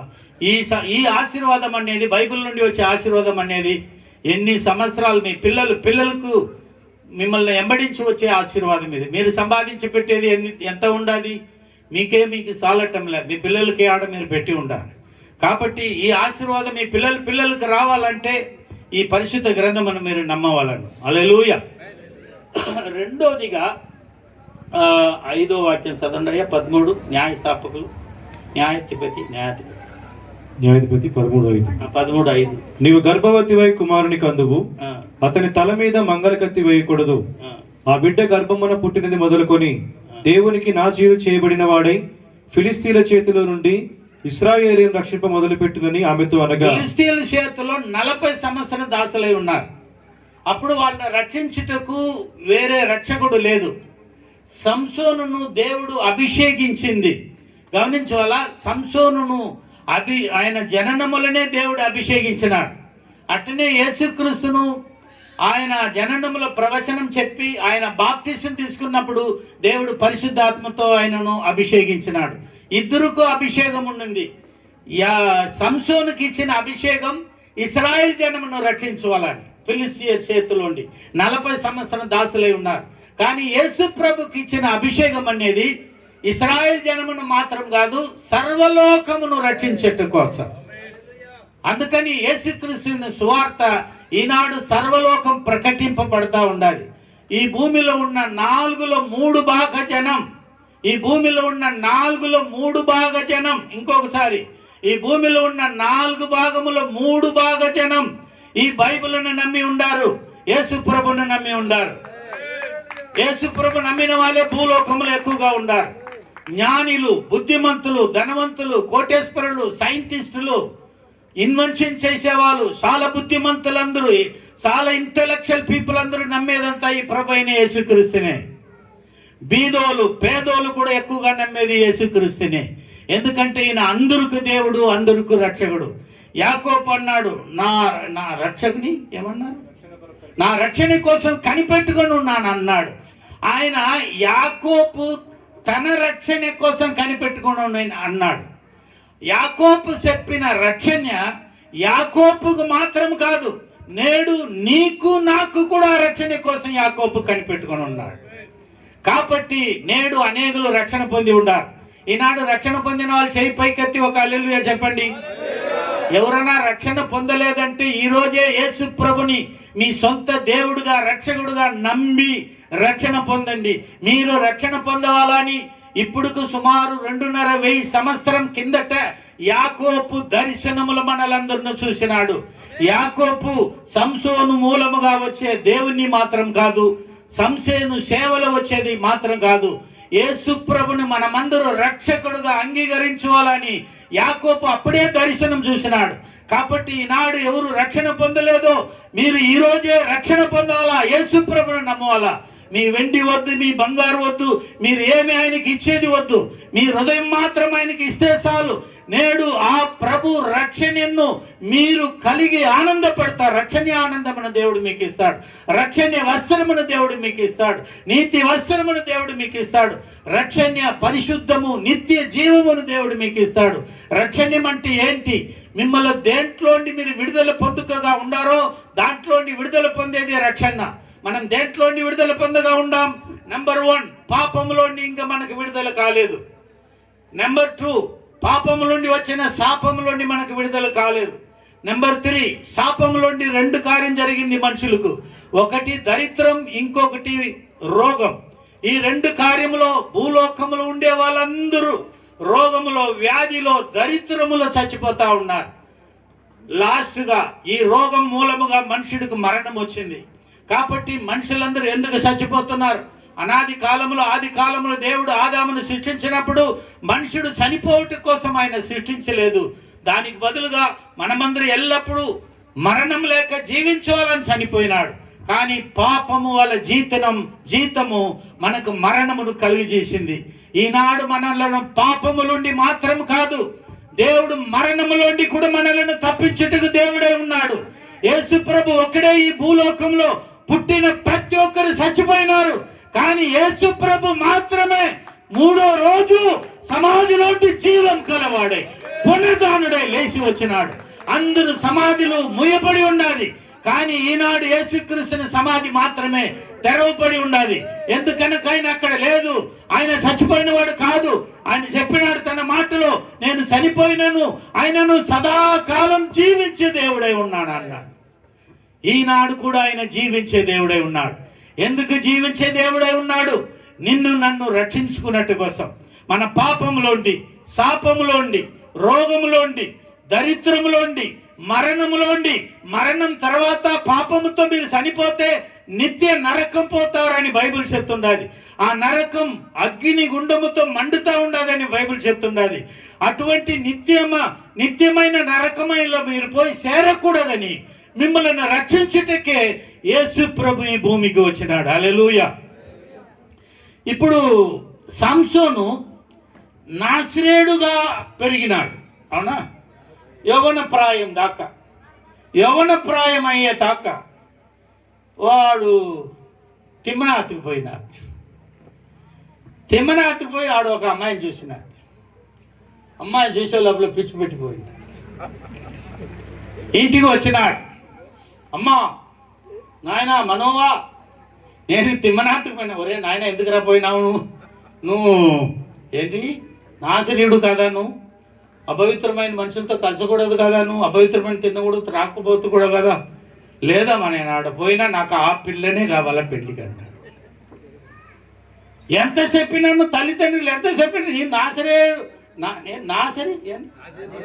నాశీరుడుగా ఉన్నావు, నువ్వు అట్ట పెళ్లి చేసుకునేదానికి లేదన్నాడు. ఆయన మాట వినలేడు. ఇది ఒక అమ్మాయితో విడిచలేదు, మళ్ళా 2 అమ్మాయిలతో పోయినాడు కదా. అంతా 3 అమ్మాయిలు. ఒక అమ్మాయి పాపి వేసి దగ్గరనే పోయింది. ఒక అమ్మాయిని పెళ్లి చేసుకోవాలని పెళ్లి చేసుకోకపోయింది. ఇంకొక అమ్మాయిని పెళ్లి చేసుకున్నాడు, అదే పట్టించింది. ఇప్పుడు మీరందరూ దాన్ని తప్పని చెప్తున్నారు. నేను తప్పు లేదని చెప్పటంలా, కానీ ఏముండదని గమనించండి. వాడు నాశని విరదంలో ఉండేవాడు. వాడు పెళ్ళే చేసుకోకూడదు, ఆడోళ్ళని ముఖం పైకెత్తి చూడకూడదు. అట్టటి వాడు తన గోత్రములో, తన జాతిలో, కులములో ఉన్న ఒకరినైనా పెళ్లి చేసుకుని ఉంటే పర్వాలేదు. అంతకు బదులుగా తిమ్నాతలో ఉన్న అన్య స్త్రీని, ఫిలిస్తీ స్త్రీని పోయి పెళ్లి చేసేదానికి పోయినాడు. తల్లిదండ్రులు ఎంత చెప్పిన మాట వినటం లేదు. తప్పు చేసినాడని మనమందరం ప్రసంగం చేస్తున్నాం. ఆయన సంసోను యేసుక్రీస్తుకు పోలికగా ఉన్నాడు. యేసు ప్రభు ఈ భూమిలో పుట్టినప్పుడు అన్యులను పోయినా రక్షించుకోవాలా. ఆయన యూద గోత్రములు పుట్టినాడు. ఆయన యూదుల్లో వచ్చినాడు, సొంత స్వకీల్లో వచ్చినాడు. సొంత జనం ఆయనను అంగీకరించలే, త్రోసేసినారు. కాబట్టి ఆయన ఎక్కడ పోవాలా? అన్యుల దగ్గర పోవాలా. అది సంసోను జీవితంలో జరగకపోతే యేసు ప్రభు జీవితంలో జరగలేదు. అట్ట అది జరగగా పోయి ఉంటే నీవు నేను నేడు చెప్పండి గట్టిగా రక్షింపబడలేకపోతున్నాం. అది ప్రవచనం. కానీ సంసోను తప్పై పడిపోయిండు. అది పాత నిబంధన. పాత నిబంధనలో ఒకరు కూడా జయించలేదు. యోసేపు ఒకడు తప్ప బైబిల్లో ఉన్న ప్రతి పరిస్థితులు ఏదో ఒక దాంట్లో ఫెయిల్ అయింది. యోసేపు ఒకటి మాత్రం ఇంకా కనిపెట్టేదాన్ని కావటం లేదు. కానీ యోసేపు కూడా తప్పు అంటారు కదా కొద్ది మనుషులు. ఎందుకనక తనకు దేవుడు చెప్పిన రహస్యమని ఎవరికి చెప్పేసాడు? అన్న తమ్ములకు అమ్మని ఆయనకు చెప్పేసినాడు. కానీ అదేం గొప్ప తప్పు కాదు, అది కూడా తప్పు అని కొద్ది మనుషులు చెప్తున్నారు. అది ఎట్టనప్పు అని. కానీ సంసోను ఎందుకు అన్యశ్రీ దగ్గర పోయినాడంటే యేసుక్రీస్తు తన సొంత జనంలో వచ్చినాడు. సొంత జనం ఆయనను త్రోసేసినారు. కాబట్టి ఇశ్రాయేల్ అనే దేశము పాత నిబంధనలో స్త్రీకి పోలికగా చెప్పబడి ఉండాలి. సంసోను 3 స్త్రీల మూలముగా మోసం పోయినాడు. పాత నిబంధన అది, కొత్త నిబంధన వేరే. అది అల్పమైన సంసోను అభిషేకం ఉన్నను శరీర సంబంధమైన విషయంలో జయించలేకపోయినాడు. కానీ అదే అభిషేకం పొందిన యేసు గమనించాలా, అందరికీ తల్లి ఉన్నారు, తండ్రి ఉన్నారు. కానీ యేసు ప్రభుకు ఎవరు మాత్రం ఉన్నారు? తల్లి మాత్రం ఉన్నారు, తండ్రి లేదు. ఎంతమందికి అర్థమైంది నేను చెప్తున్నది? అంతకు ముందు ఇది కూడా కొద్ది గమనించండి. ఆదాం పుట్టినాడు, ఆదాముకు అమ్మ లేదు, నాయన లేదు. అవునా కాదా? ఏం కొత్తగా చూస్తున్నారు? తర్వాత అవ్వ పుట్టింది, అవ్వకు నాయన ఉన్నాడు, అమ్మ లేదు. అవునా తప్ప? కరెక్టా? పాస్టర్ గారిలే చెప్పాలి. అవ్వకు నాయన ఉన్నాడు, అమ్మ లేదు. అవునా లేదా? ఆదాం అవ్వకు నాయననా భర్తనా? ఇప్పుడే కన్ఫ్యూషన్ వచ్చింది. ఇంతకాలం మొదట ఆయన నాయన, తర్వాతనే దేవుడు భర్తగా చేసినాడు. ఇప్పుడు తర్వాత కాయినాబేలు పుట్టినారు. కాయినాబేలు పుట్టినప్పుడు ఆదాం అవ్వలో ఉన్న దేవుని మహిమను పోగొట్టుకున్నారు పాపం చేసి. కాబట్టి అమ్మ నాయన ఉన్నారు కాయినాబేలుకు, మనందరికి అమ్మ నాయన ఉన్నారు కదా. కాయినాబేలుకు అందరూ ఉన్నారు, కాయినాబేలుకు అమ్మ నాయన ఉన్నారు. కానీ దేవుని మహిమ లేకపోయింది. ఇప్పుడు దీంట్లో ఒకటి మిస్ అయి ఉండాలి, రాదా? రెండు మిస్ అయి ఉండాలి. ఎవరైనా కనుక్కుంటారా? ఒకటి చెప్పాలా? ఒక అల్లెలు వెనకాల ఉండే చెప్పండి, నిద్రపోయినారు. గట్టిగా చెప్పండి. నా తెలుగు అర్థమవుతున్నది లేదా? బ్రోకన్ తెలుగు, ఎందుకంటే నా హార్ట్ బ్రోకన్ ఉండదు. మీరు దేవుని నమ్ముకోవాలని చక్కగా తెలుగు మాట్లాడాలని ఆశపడుతున్నా, కానీ ఎడ రావటం లేదు. ఏం చేయాలి? హల్లెలూయా. దేవుడు గమనించండి,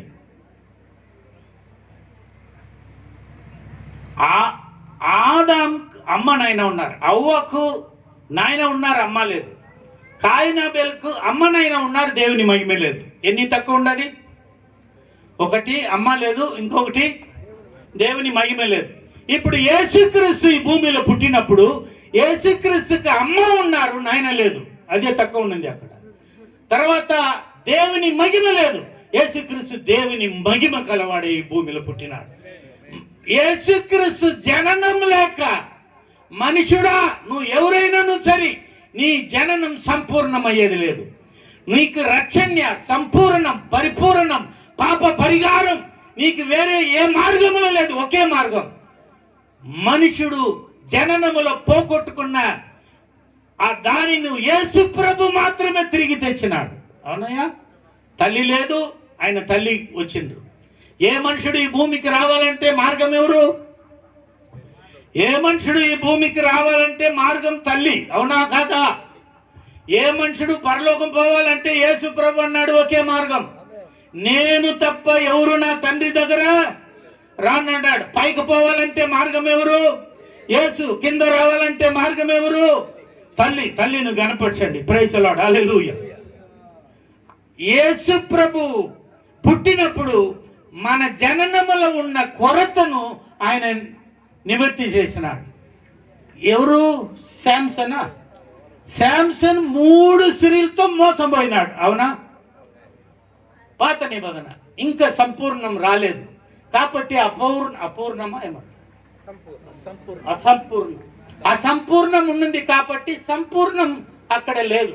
అందుకని వాడు తప్పిపోయినాడు, ఆడవులతో తప్పిపోయినాడు. ఇప్పుడు గమనించండి, యేసు ప్రభుని 3 స్త్రీలు అభిషేకించినాడు.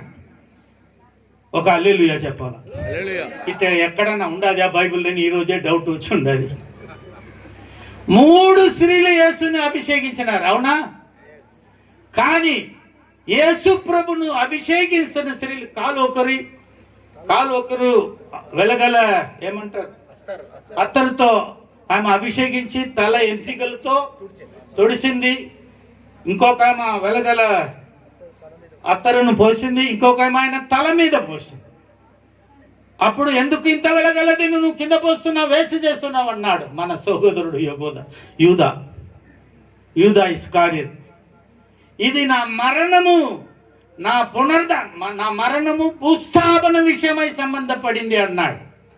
3 స్త్రీలు యేసు ప్రభుకు అభిషేకించినారు. ఏది సంసోన్ పోగొట్టుకున్నాడో స్త్రీల మూలముగా దాని యేసు ప్రభు మూలముగా తిరిగి మనం పొందుకుంటున్నాం. యేసు ప్రభు ఈ స్త్రీల మూలముగా మనుష్య కులముగా ఏమంటారు, మనిషి జాతికి కృపను తెచ్చినాడు. ఒక హల్లెలూయా చెప్పి ఉండాలి. మీరు తల కింద చదివితే కూడా ఈ రెవల్యూషన్ మీకు దొరకదు. యేసు ప్రభు, శాంసోన్ 3 స్త్రీలతో పాడైపోయినాడు, కానీ యేసు ప్రభు 3 స్త్రీలతో మనుష్య జాతికే కృప తెచ్చినాడు. ఆమేన్. హల్లెలూయా. ఏది పాత నిబంధనలో ఫెయిల్ అయిందో దాని కొత్త నిబంధనలు యేసు నెరవేర్చినాడు. తర్వాత ఇంకొక సంగతి, సంసోన్ పెళ్లి చేసుకున్నాడా లేదా? ఎవరు ఆయనను అప్పగించింది? సొంత భార్య. రహస్యమును అమ్మేసినాడు. ఏం రహస్యమయ్యా చెప్పండి పాస్టర్ గారు. ఏ రహస్యం ఏంటి? నాసీరు రహస్యం ఏంటి? తల వెంట్రుకలు, మంగళగత్తి పడకూడదు. మన సహోదరులకు కూడా తలలో ఏం పడకూడదు. కొత్త నిబంధన విశ్వాసులు తలకు ఏం వేసుకొని రావాలా? ఎందుకు? మీ ఏమంటారు స్త్రీలు, సంసోన్ దేని పోగొట్టుకున్నాడో దాని దేవుడు తిరిగి కొత్త నిబంధన సంఘముకి ఇచ్చినాడు. కొత్త నిబంధన సంఘములో ఉన్న స్త్రీలు తన తలను కప్పుకొని రావాలా, ఎంట్రికలను కత్తిరించకూడదు. ఎందుకనక అక్కడ సంసోన్ పోగొట్టుకున్నది ఇక్కడ యేసు ప్రభు తన సంఘము కోసం సంపాదించి ఇచ్చినాడు. హల్లెలూయా, హల్లెలూయా. ఇంకొకసారి చప్పట్లు కొట్టామని భయపడతా. నా ఫ్రెండ్స్ కింద దిగిపోతాను. నేను ముసలాడైపోయినా ఎట్టపోయినా నేను చింతలేదు. హల్లెలూయా. ఇంకొక సంగతి, శాంసన్ తప్పు అని చెప్తున్నాం. ఇంక మీద నా పాస్టర్లారా దయచేసి తప్పని చెప్పగాకండి. ఆయన తప్పిపోయిందే మనల్ని రక్షించేదానికోసం. ఆయన పడిపోయిందే సంఘం రక్షణ పొందేదానికోసం. ఆయన పడిపోయిందే నిన్ను నన్ను తప్పించేదానికోసం. హల్లెలూయా. ఏ స్త్రీలతో మోసమైందో అదే స్త్రీలను దేవుడు ఎన్నుకొని పరలోకం నుండి దేవుడు భూమికి వచ్చేదానికి స్త్రీ మార్గం చేసినాడు. భూలోకం నుండి పరలోకం పోయేదానికి ఒకే మార్గం యేసు ప్రభు. పైన ఆకాశముల కింద భూమిలో యేసుక్రీస్తు నామము తప్ప వేరే నామములో, గట్టిగా చెప్పాలందరూ, వేరే నామములో రక్షణ లేదు. మీరు దీన్ని నమ్మలేకపోతే నరకపోతారండి. ఎవరైనా కాదండి. మీరు దయచేసి మీరు పోకూడదు అనే దానికి ఇంత మీటింగులు జరుగుతున్నదండి. అందుకే దేవుడు నన్ను ఈ రోజు రాత్రి పిలుచుకుని వచ్చాడండి. ఈ తండాలు ఉన్న ప్రియులారా, ప్రతి ఇంటిలారా, సహోదరులారా అందరూ యేసు ప్రభుని ఉచితంగా నమ్మండి. మీ పూర్వపితరులని పోగొట్టుకున్నది యేసు ప్రభు తిరిగి ఇస్తాడు. ఎంత జనం నమ్ముతారు? మన పూర్వపుత్రులందరూ పోగొట్టు. నా పేరు గోవింద్ అంటే ఏంటయ్యా? బైబిల్లో ఉండదు ఆ పేరు. గోవిందం దీంతో ప్రసంగం చేస్తున్నది ఇశ్రాయేల్ కాదు, అబ్రహాం కాదు. హల్లెలూయా. నేను కూడా నా పూర్వపితరులన్నీ పోగొట్టుకున్నదాన్ని తిరిగి పొందుకోలేకపోతున్నా. కానీ ఈ యేసు ప్రభు నా హృదయంకి వచ్చినప్పుడు పోగొట్టుకున్నదంతా తిరిగి వచ్చిందండి. ఒక హల్లెలూయా గట్టిగా చెప్పండి. మీకు కూడా వస్తుందండి ఈ రోజు రాత్రి. అందుకే యేసు ప్రభు మీ దగ్గర వచ్చి ఉన్నాడండి. ఇంకొక సంగతి మధ్యలో, సంసోన్ పెళ్లి చేసుకున్నాడా లేదా? సంసోన్ జీవితంలో జరిగిందంతా ఎవరి జీవితంలో జరగాలా? యేసు ప్రభు జీవితంలో జరగాల. అయితే యేసు ప్రభు పెళ్లి చేసుకున్నాడా? చేసుకోలేదంటే ఏమో తప్పు జరిగిందా? చేసుకోబోతున్నాడా? పెళ్లి ఎందుకు యేసు చేసుకోలేదు? సంసోను పోలికగా ఉండదు ప్రతి ఒక్కటి, ఇంకా చాలా ఉండదు చెప్పేదని. నేను అంత దూరం మిమ్మల్ని ఇక్కడ కూర్చోబెట్టాను. అంటే వేడిలో ఉండారు అందరూ. సంసోను పెళ్లి చేసుకున్నాడు, యేసు ప్రభు పెళ్లి చేసుకోబోతున్నాడు పరలోకంలో. చెప్పండి ఎక్కడ? మరి మీకు ఒక రహస్యం ఈరోజు చెప్పబోతున్నా. పరలోకంలో పెళ్లి భూలోకంలో అంత పెళ్లి కాదు అది. అందరూ చాలా ఆశతో ఎవరో చెప్తున్నారు, నువ్వు 10 మనుషులు చంపినావంటే 14, 17 అంత భార్యలు స్వర్గములు ఇస్తారని. ఏమైనా పిచ్చుకోకున్నా ఇది? నీ మతం కోసం ఎవరైనా చంపితే ఆడ 4 భార్య 10 భార్య వేస్తాడంట దేవుడు. అట్ట మా గ్రంథంలో చెప్పలేదు నాయన. ఈ బైబిల్ పరిశుద్ధమైన పుస్తకం. ఎవరిని చెప్పకూడదు, కూని చేయకూడదు, అబద్ధం చెప్పకూడదు, దొంగతనం చేయకూడదు, మోసం చేయకూడదు, అన్యాయం అబద్ధం ఏ మోసం చేయకూడదు అని చెప్పి ఉండాలి. నిన్ను వాళ్ళని పొరుగు వారిని ప్రేమించమని అన్నాడు. అటువంటి ప్రేమ గల దేవుడు. యేసు ప్రభు సంసోను పెళ్లి చేసుకున్నాడే, యేసు ప్రభు ఎందుకు పెళ్లి చేసుకోలేదు అంటే, యేసు ప్రభు సంసోను తల్లి తండ్రికి పుట్టినాడు. అవునా? అవునా కదా? యేసు ప్రభు తల్లి తండ్రికి పుట్టలేదు. ఎందుకు ఆయన తల్లి తండ్రికి పుట్టలేదంటే, ఆయన దేవుడు. దేవుడు ఆదియు అంతము లేనివాడు, అల్ఫా ఒమేగా వాయి ఉన్నవాడు. ఆయనకు ప్రారంభము లేదు, అంతము లేదు. ఆయనకు జననము లేదు, మరణము లేదు. అటువంటి దేవుడు నీ కోసం నా కోసం ఒక స్త్రీ గర్భములో ఆయన వచ్చినాడు. ఎందుకు వచ్చినాడంటే, మనుషులైన మనమందరూ మనల్ని రక్షించుటకు రక్షకుడు లేకపోయినాడు. సంసోను జీవితంలో ఇశ్రాయేల్ జనమును ఫిలిష్తీయుల చేతిలోండి 40 సంవత్సరం దాసులై ఉన్న వాళ్ళు రక్షించేదానికి అభిషేకించినాడు. యేసు ప్రభును దేవుడు అభిషేకించింది సర్వలోకమును రక్షించేదట కోసం. ఈ తండాలో ఉండే ప్రతి ఇంటిని రక్షించేట కోసం. ఈ ఆంధ్ర తెలంగాణలో ఉండే ఇండియాలో ఉండే ప్రతి ఒక్కరిని రక్షించేట కోసం ఆయనకి ఇచ్చిన అభిషేకం. ఇప్పుడు గమనించండి, మనుషుడుగా ఉండవాలంటే తల్లి ఉండవాలా, తండ్రి ఉండవాలా?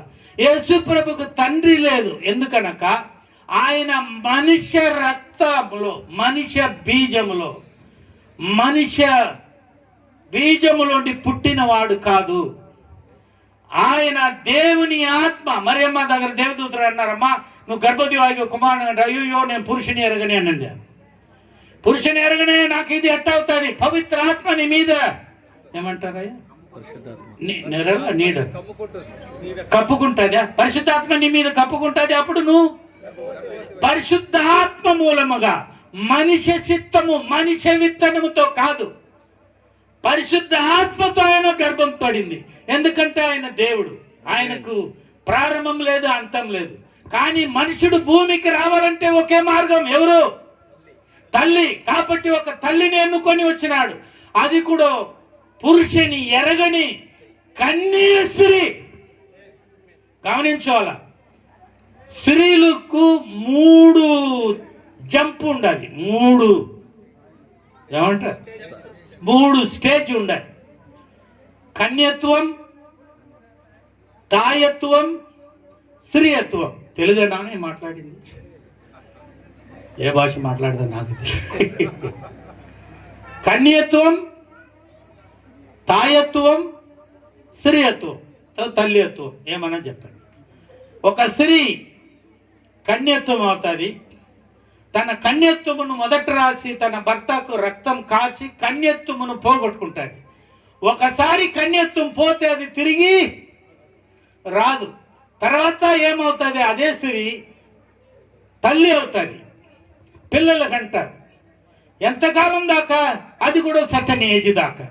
తర్వాత తల్లిత్వం కూడా పోగొట్టుకుంటారు. తల్లిత్వం అంటే ఏంటి? ఇంకా పిల్లలు కనేదానికి కాదు. స్త్రీలకు కలిగిన అది ఏమంటారు, అది నిలబడిపోయిన తర్వాత వాళ్ళకి ఇంకా పిల్లలు కాదు. తల్లిత్వం పోగొట్టుకున్న తర్వాత ఎక్కడ పోతారు? స్త్రీయత్వం అవుతారు. 3 స్టేజ్కి స్త్రీలు మారుతారు. పురుషులు అట్ట మారేది లేదు. పురుషులది ఒకటే. ఏ నుండి బి దాకా, ఏ నుండి జెడ్ దాకా ఒకే లెవెల్లో ఉంటారు. 100 వయసులో పెళ్లి వెళ్తే కూడా పిల్లలు పుడతారు వాళ్ళు. హల్లెలూయా. స్త్రీలు కట్ట కాదు. గమనించాలా, దేవుడు ఎందుకు దేవుడు యేసు ప్రభు మనిషి శరీర విత్తనముతో పుట్టలేదు, తండ్రి విత్తనముతో పుట్టలేదు. ఎందుకనక ఆయన దేవుడు. ఆయన తండ్రికి పుట్టితే ఆయన దేవుడుగా ఉండేదని కాదు.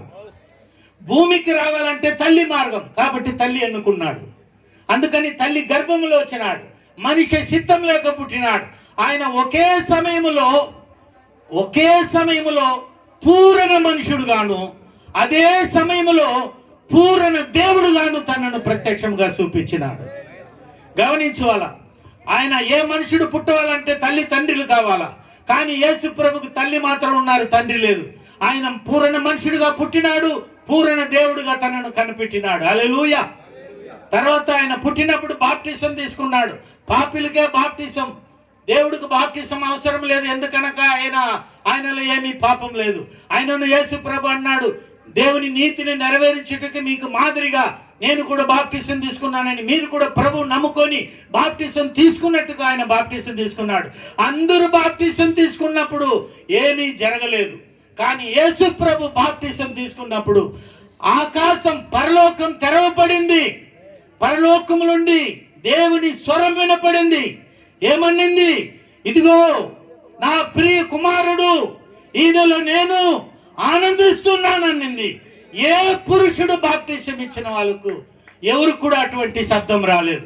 ఎందుకనక ఆయన మనుషుడిగా బాప్తిసం తీసుకున్నాడు, సర్వశక్తి దేవుడుగా పరలోకం ఆయన కోసం తెరవబడింది. హల్లెలూయా. పరలోకం తెరవబడిన నేను సుమారు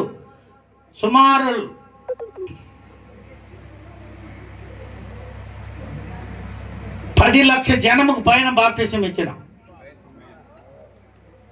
ఎవరు కూడా ఆకాశం తెరవబడి ఈ వాణి వచ్చింది నేను చూడనే లేదు.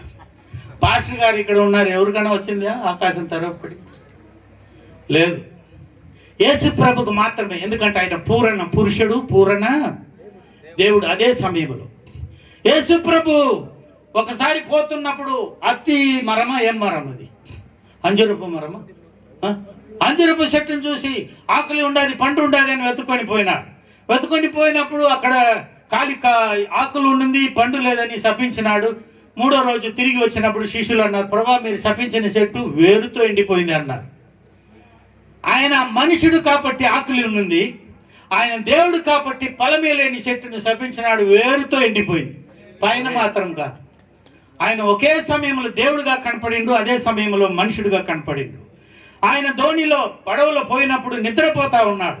నిద్రపోతున్నప్పుడు చాలా గొప్ప తుఫాను వచ్చి సముద్రంలో నా పడవ పడిపోయేటట్టు పరిస్థితి, అలల్లో వచ్చి పడిపోయేటట్టు శిష్యులందరూ అయ్యో ప్రభా మేము చచ్చిపోతున్నామని ప్రభు లేచి వెంటనే చెప్పినాడు, అలలను సముద్రం చూసి గద్దించినాడు, అది ఆగిపోయింది, నిలబడిపోయింది. ఆ మాటకు శిష్యులు ఆయన చూసి ఈయన ఎటువంటి వారు, గాలి తుఫానును ఈయనకు విధేయత అవుతుంది. అది గాలి తుఫానును సృష్టించిన దేవుడు యేసు ప్రభు. హల్లెలూయా.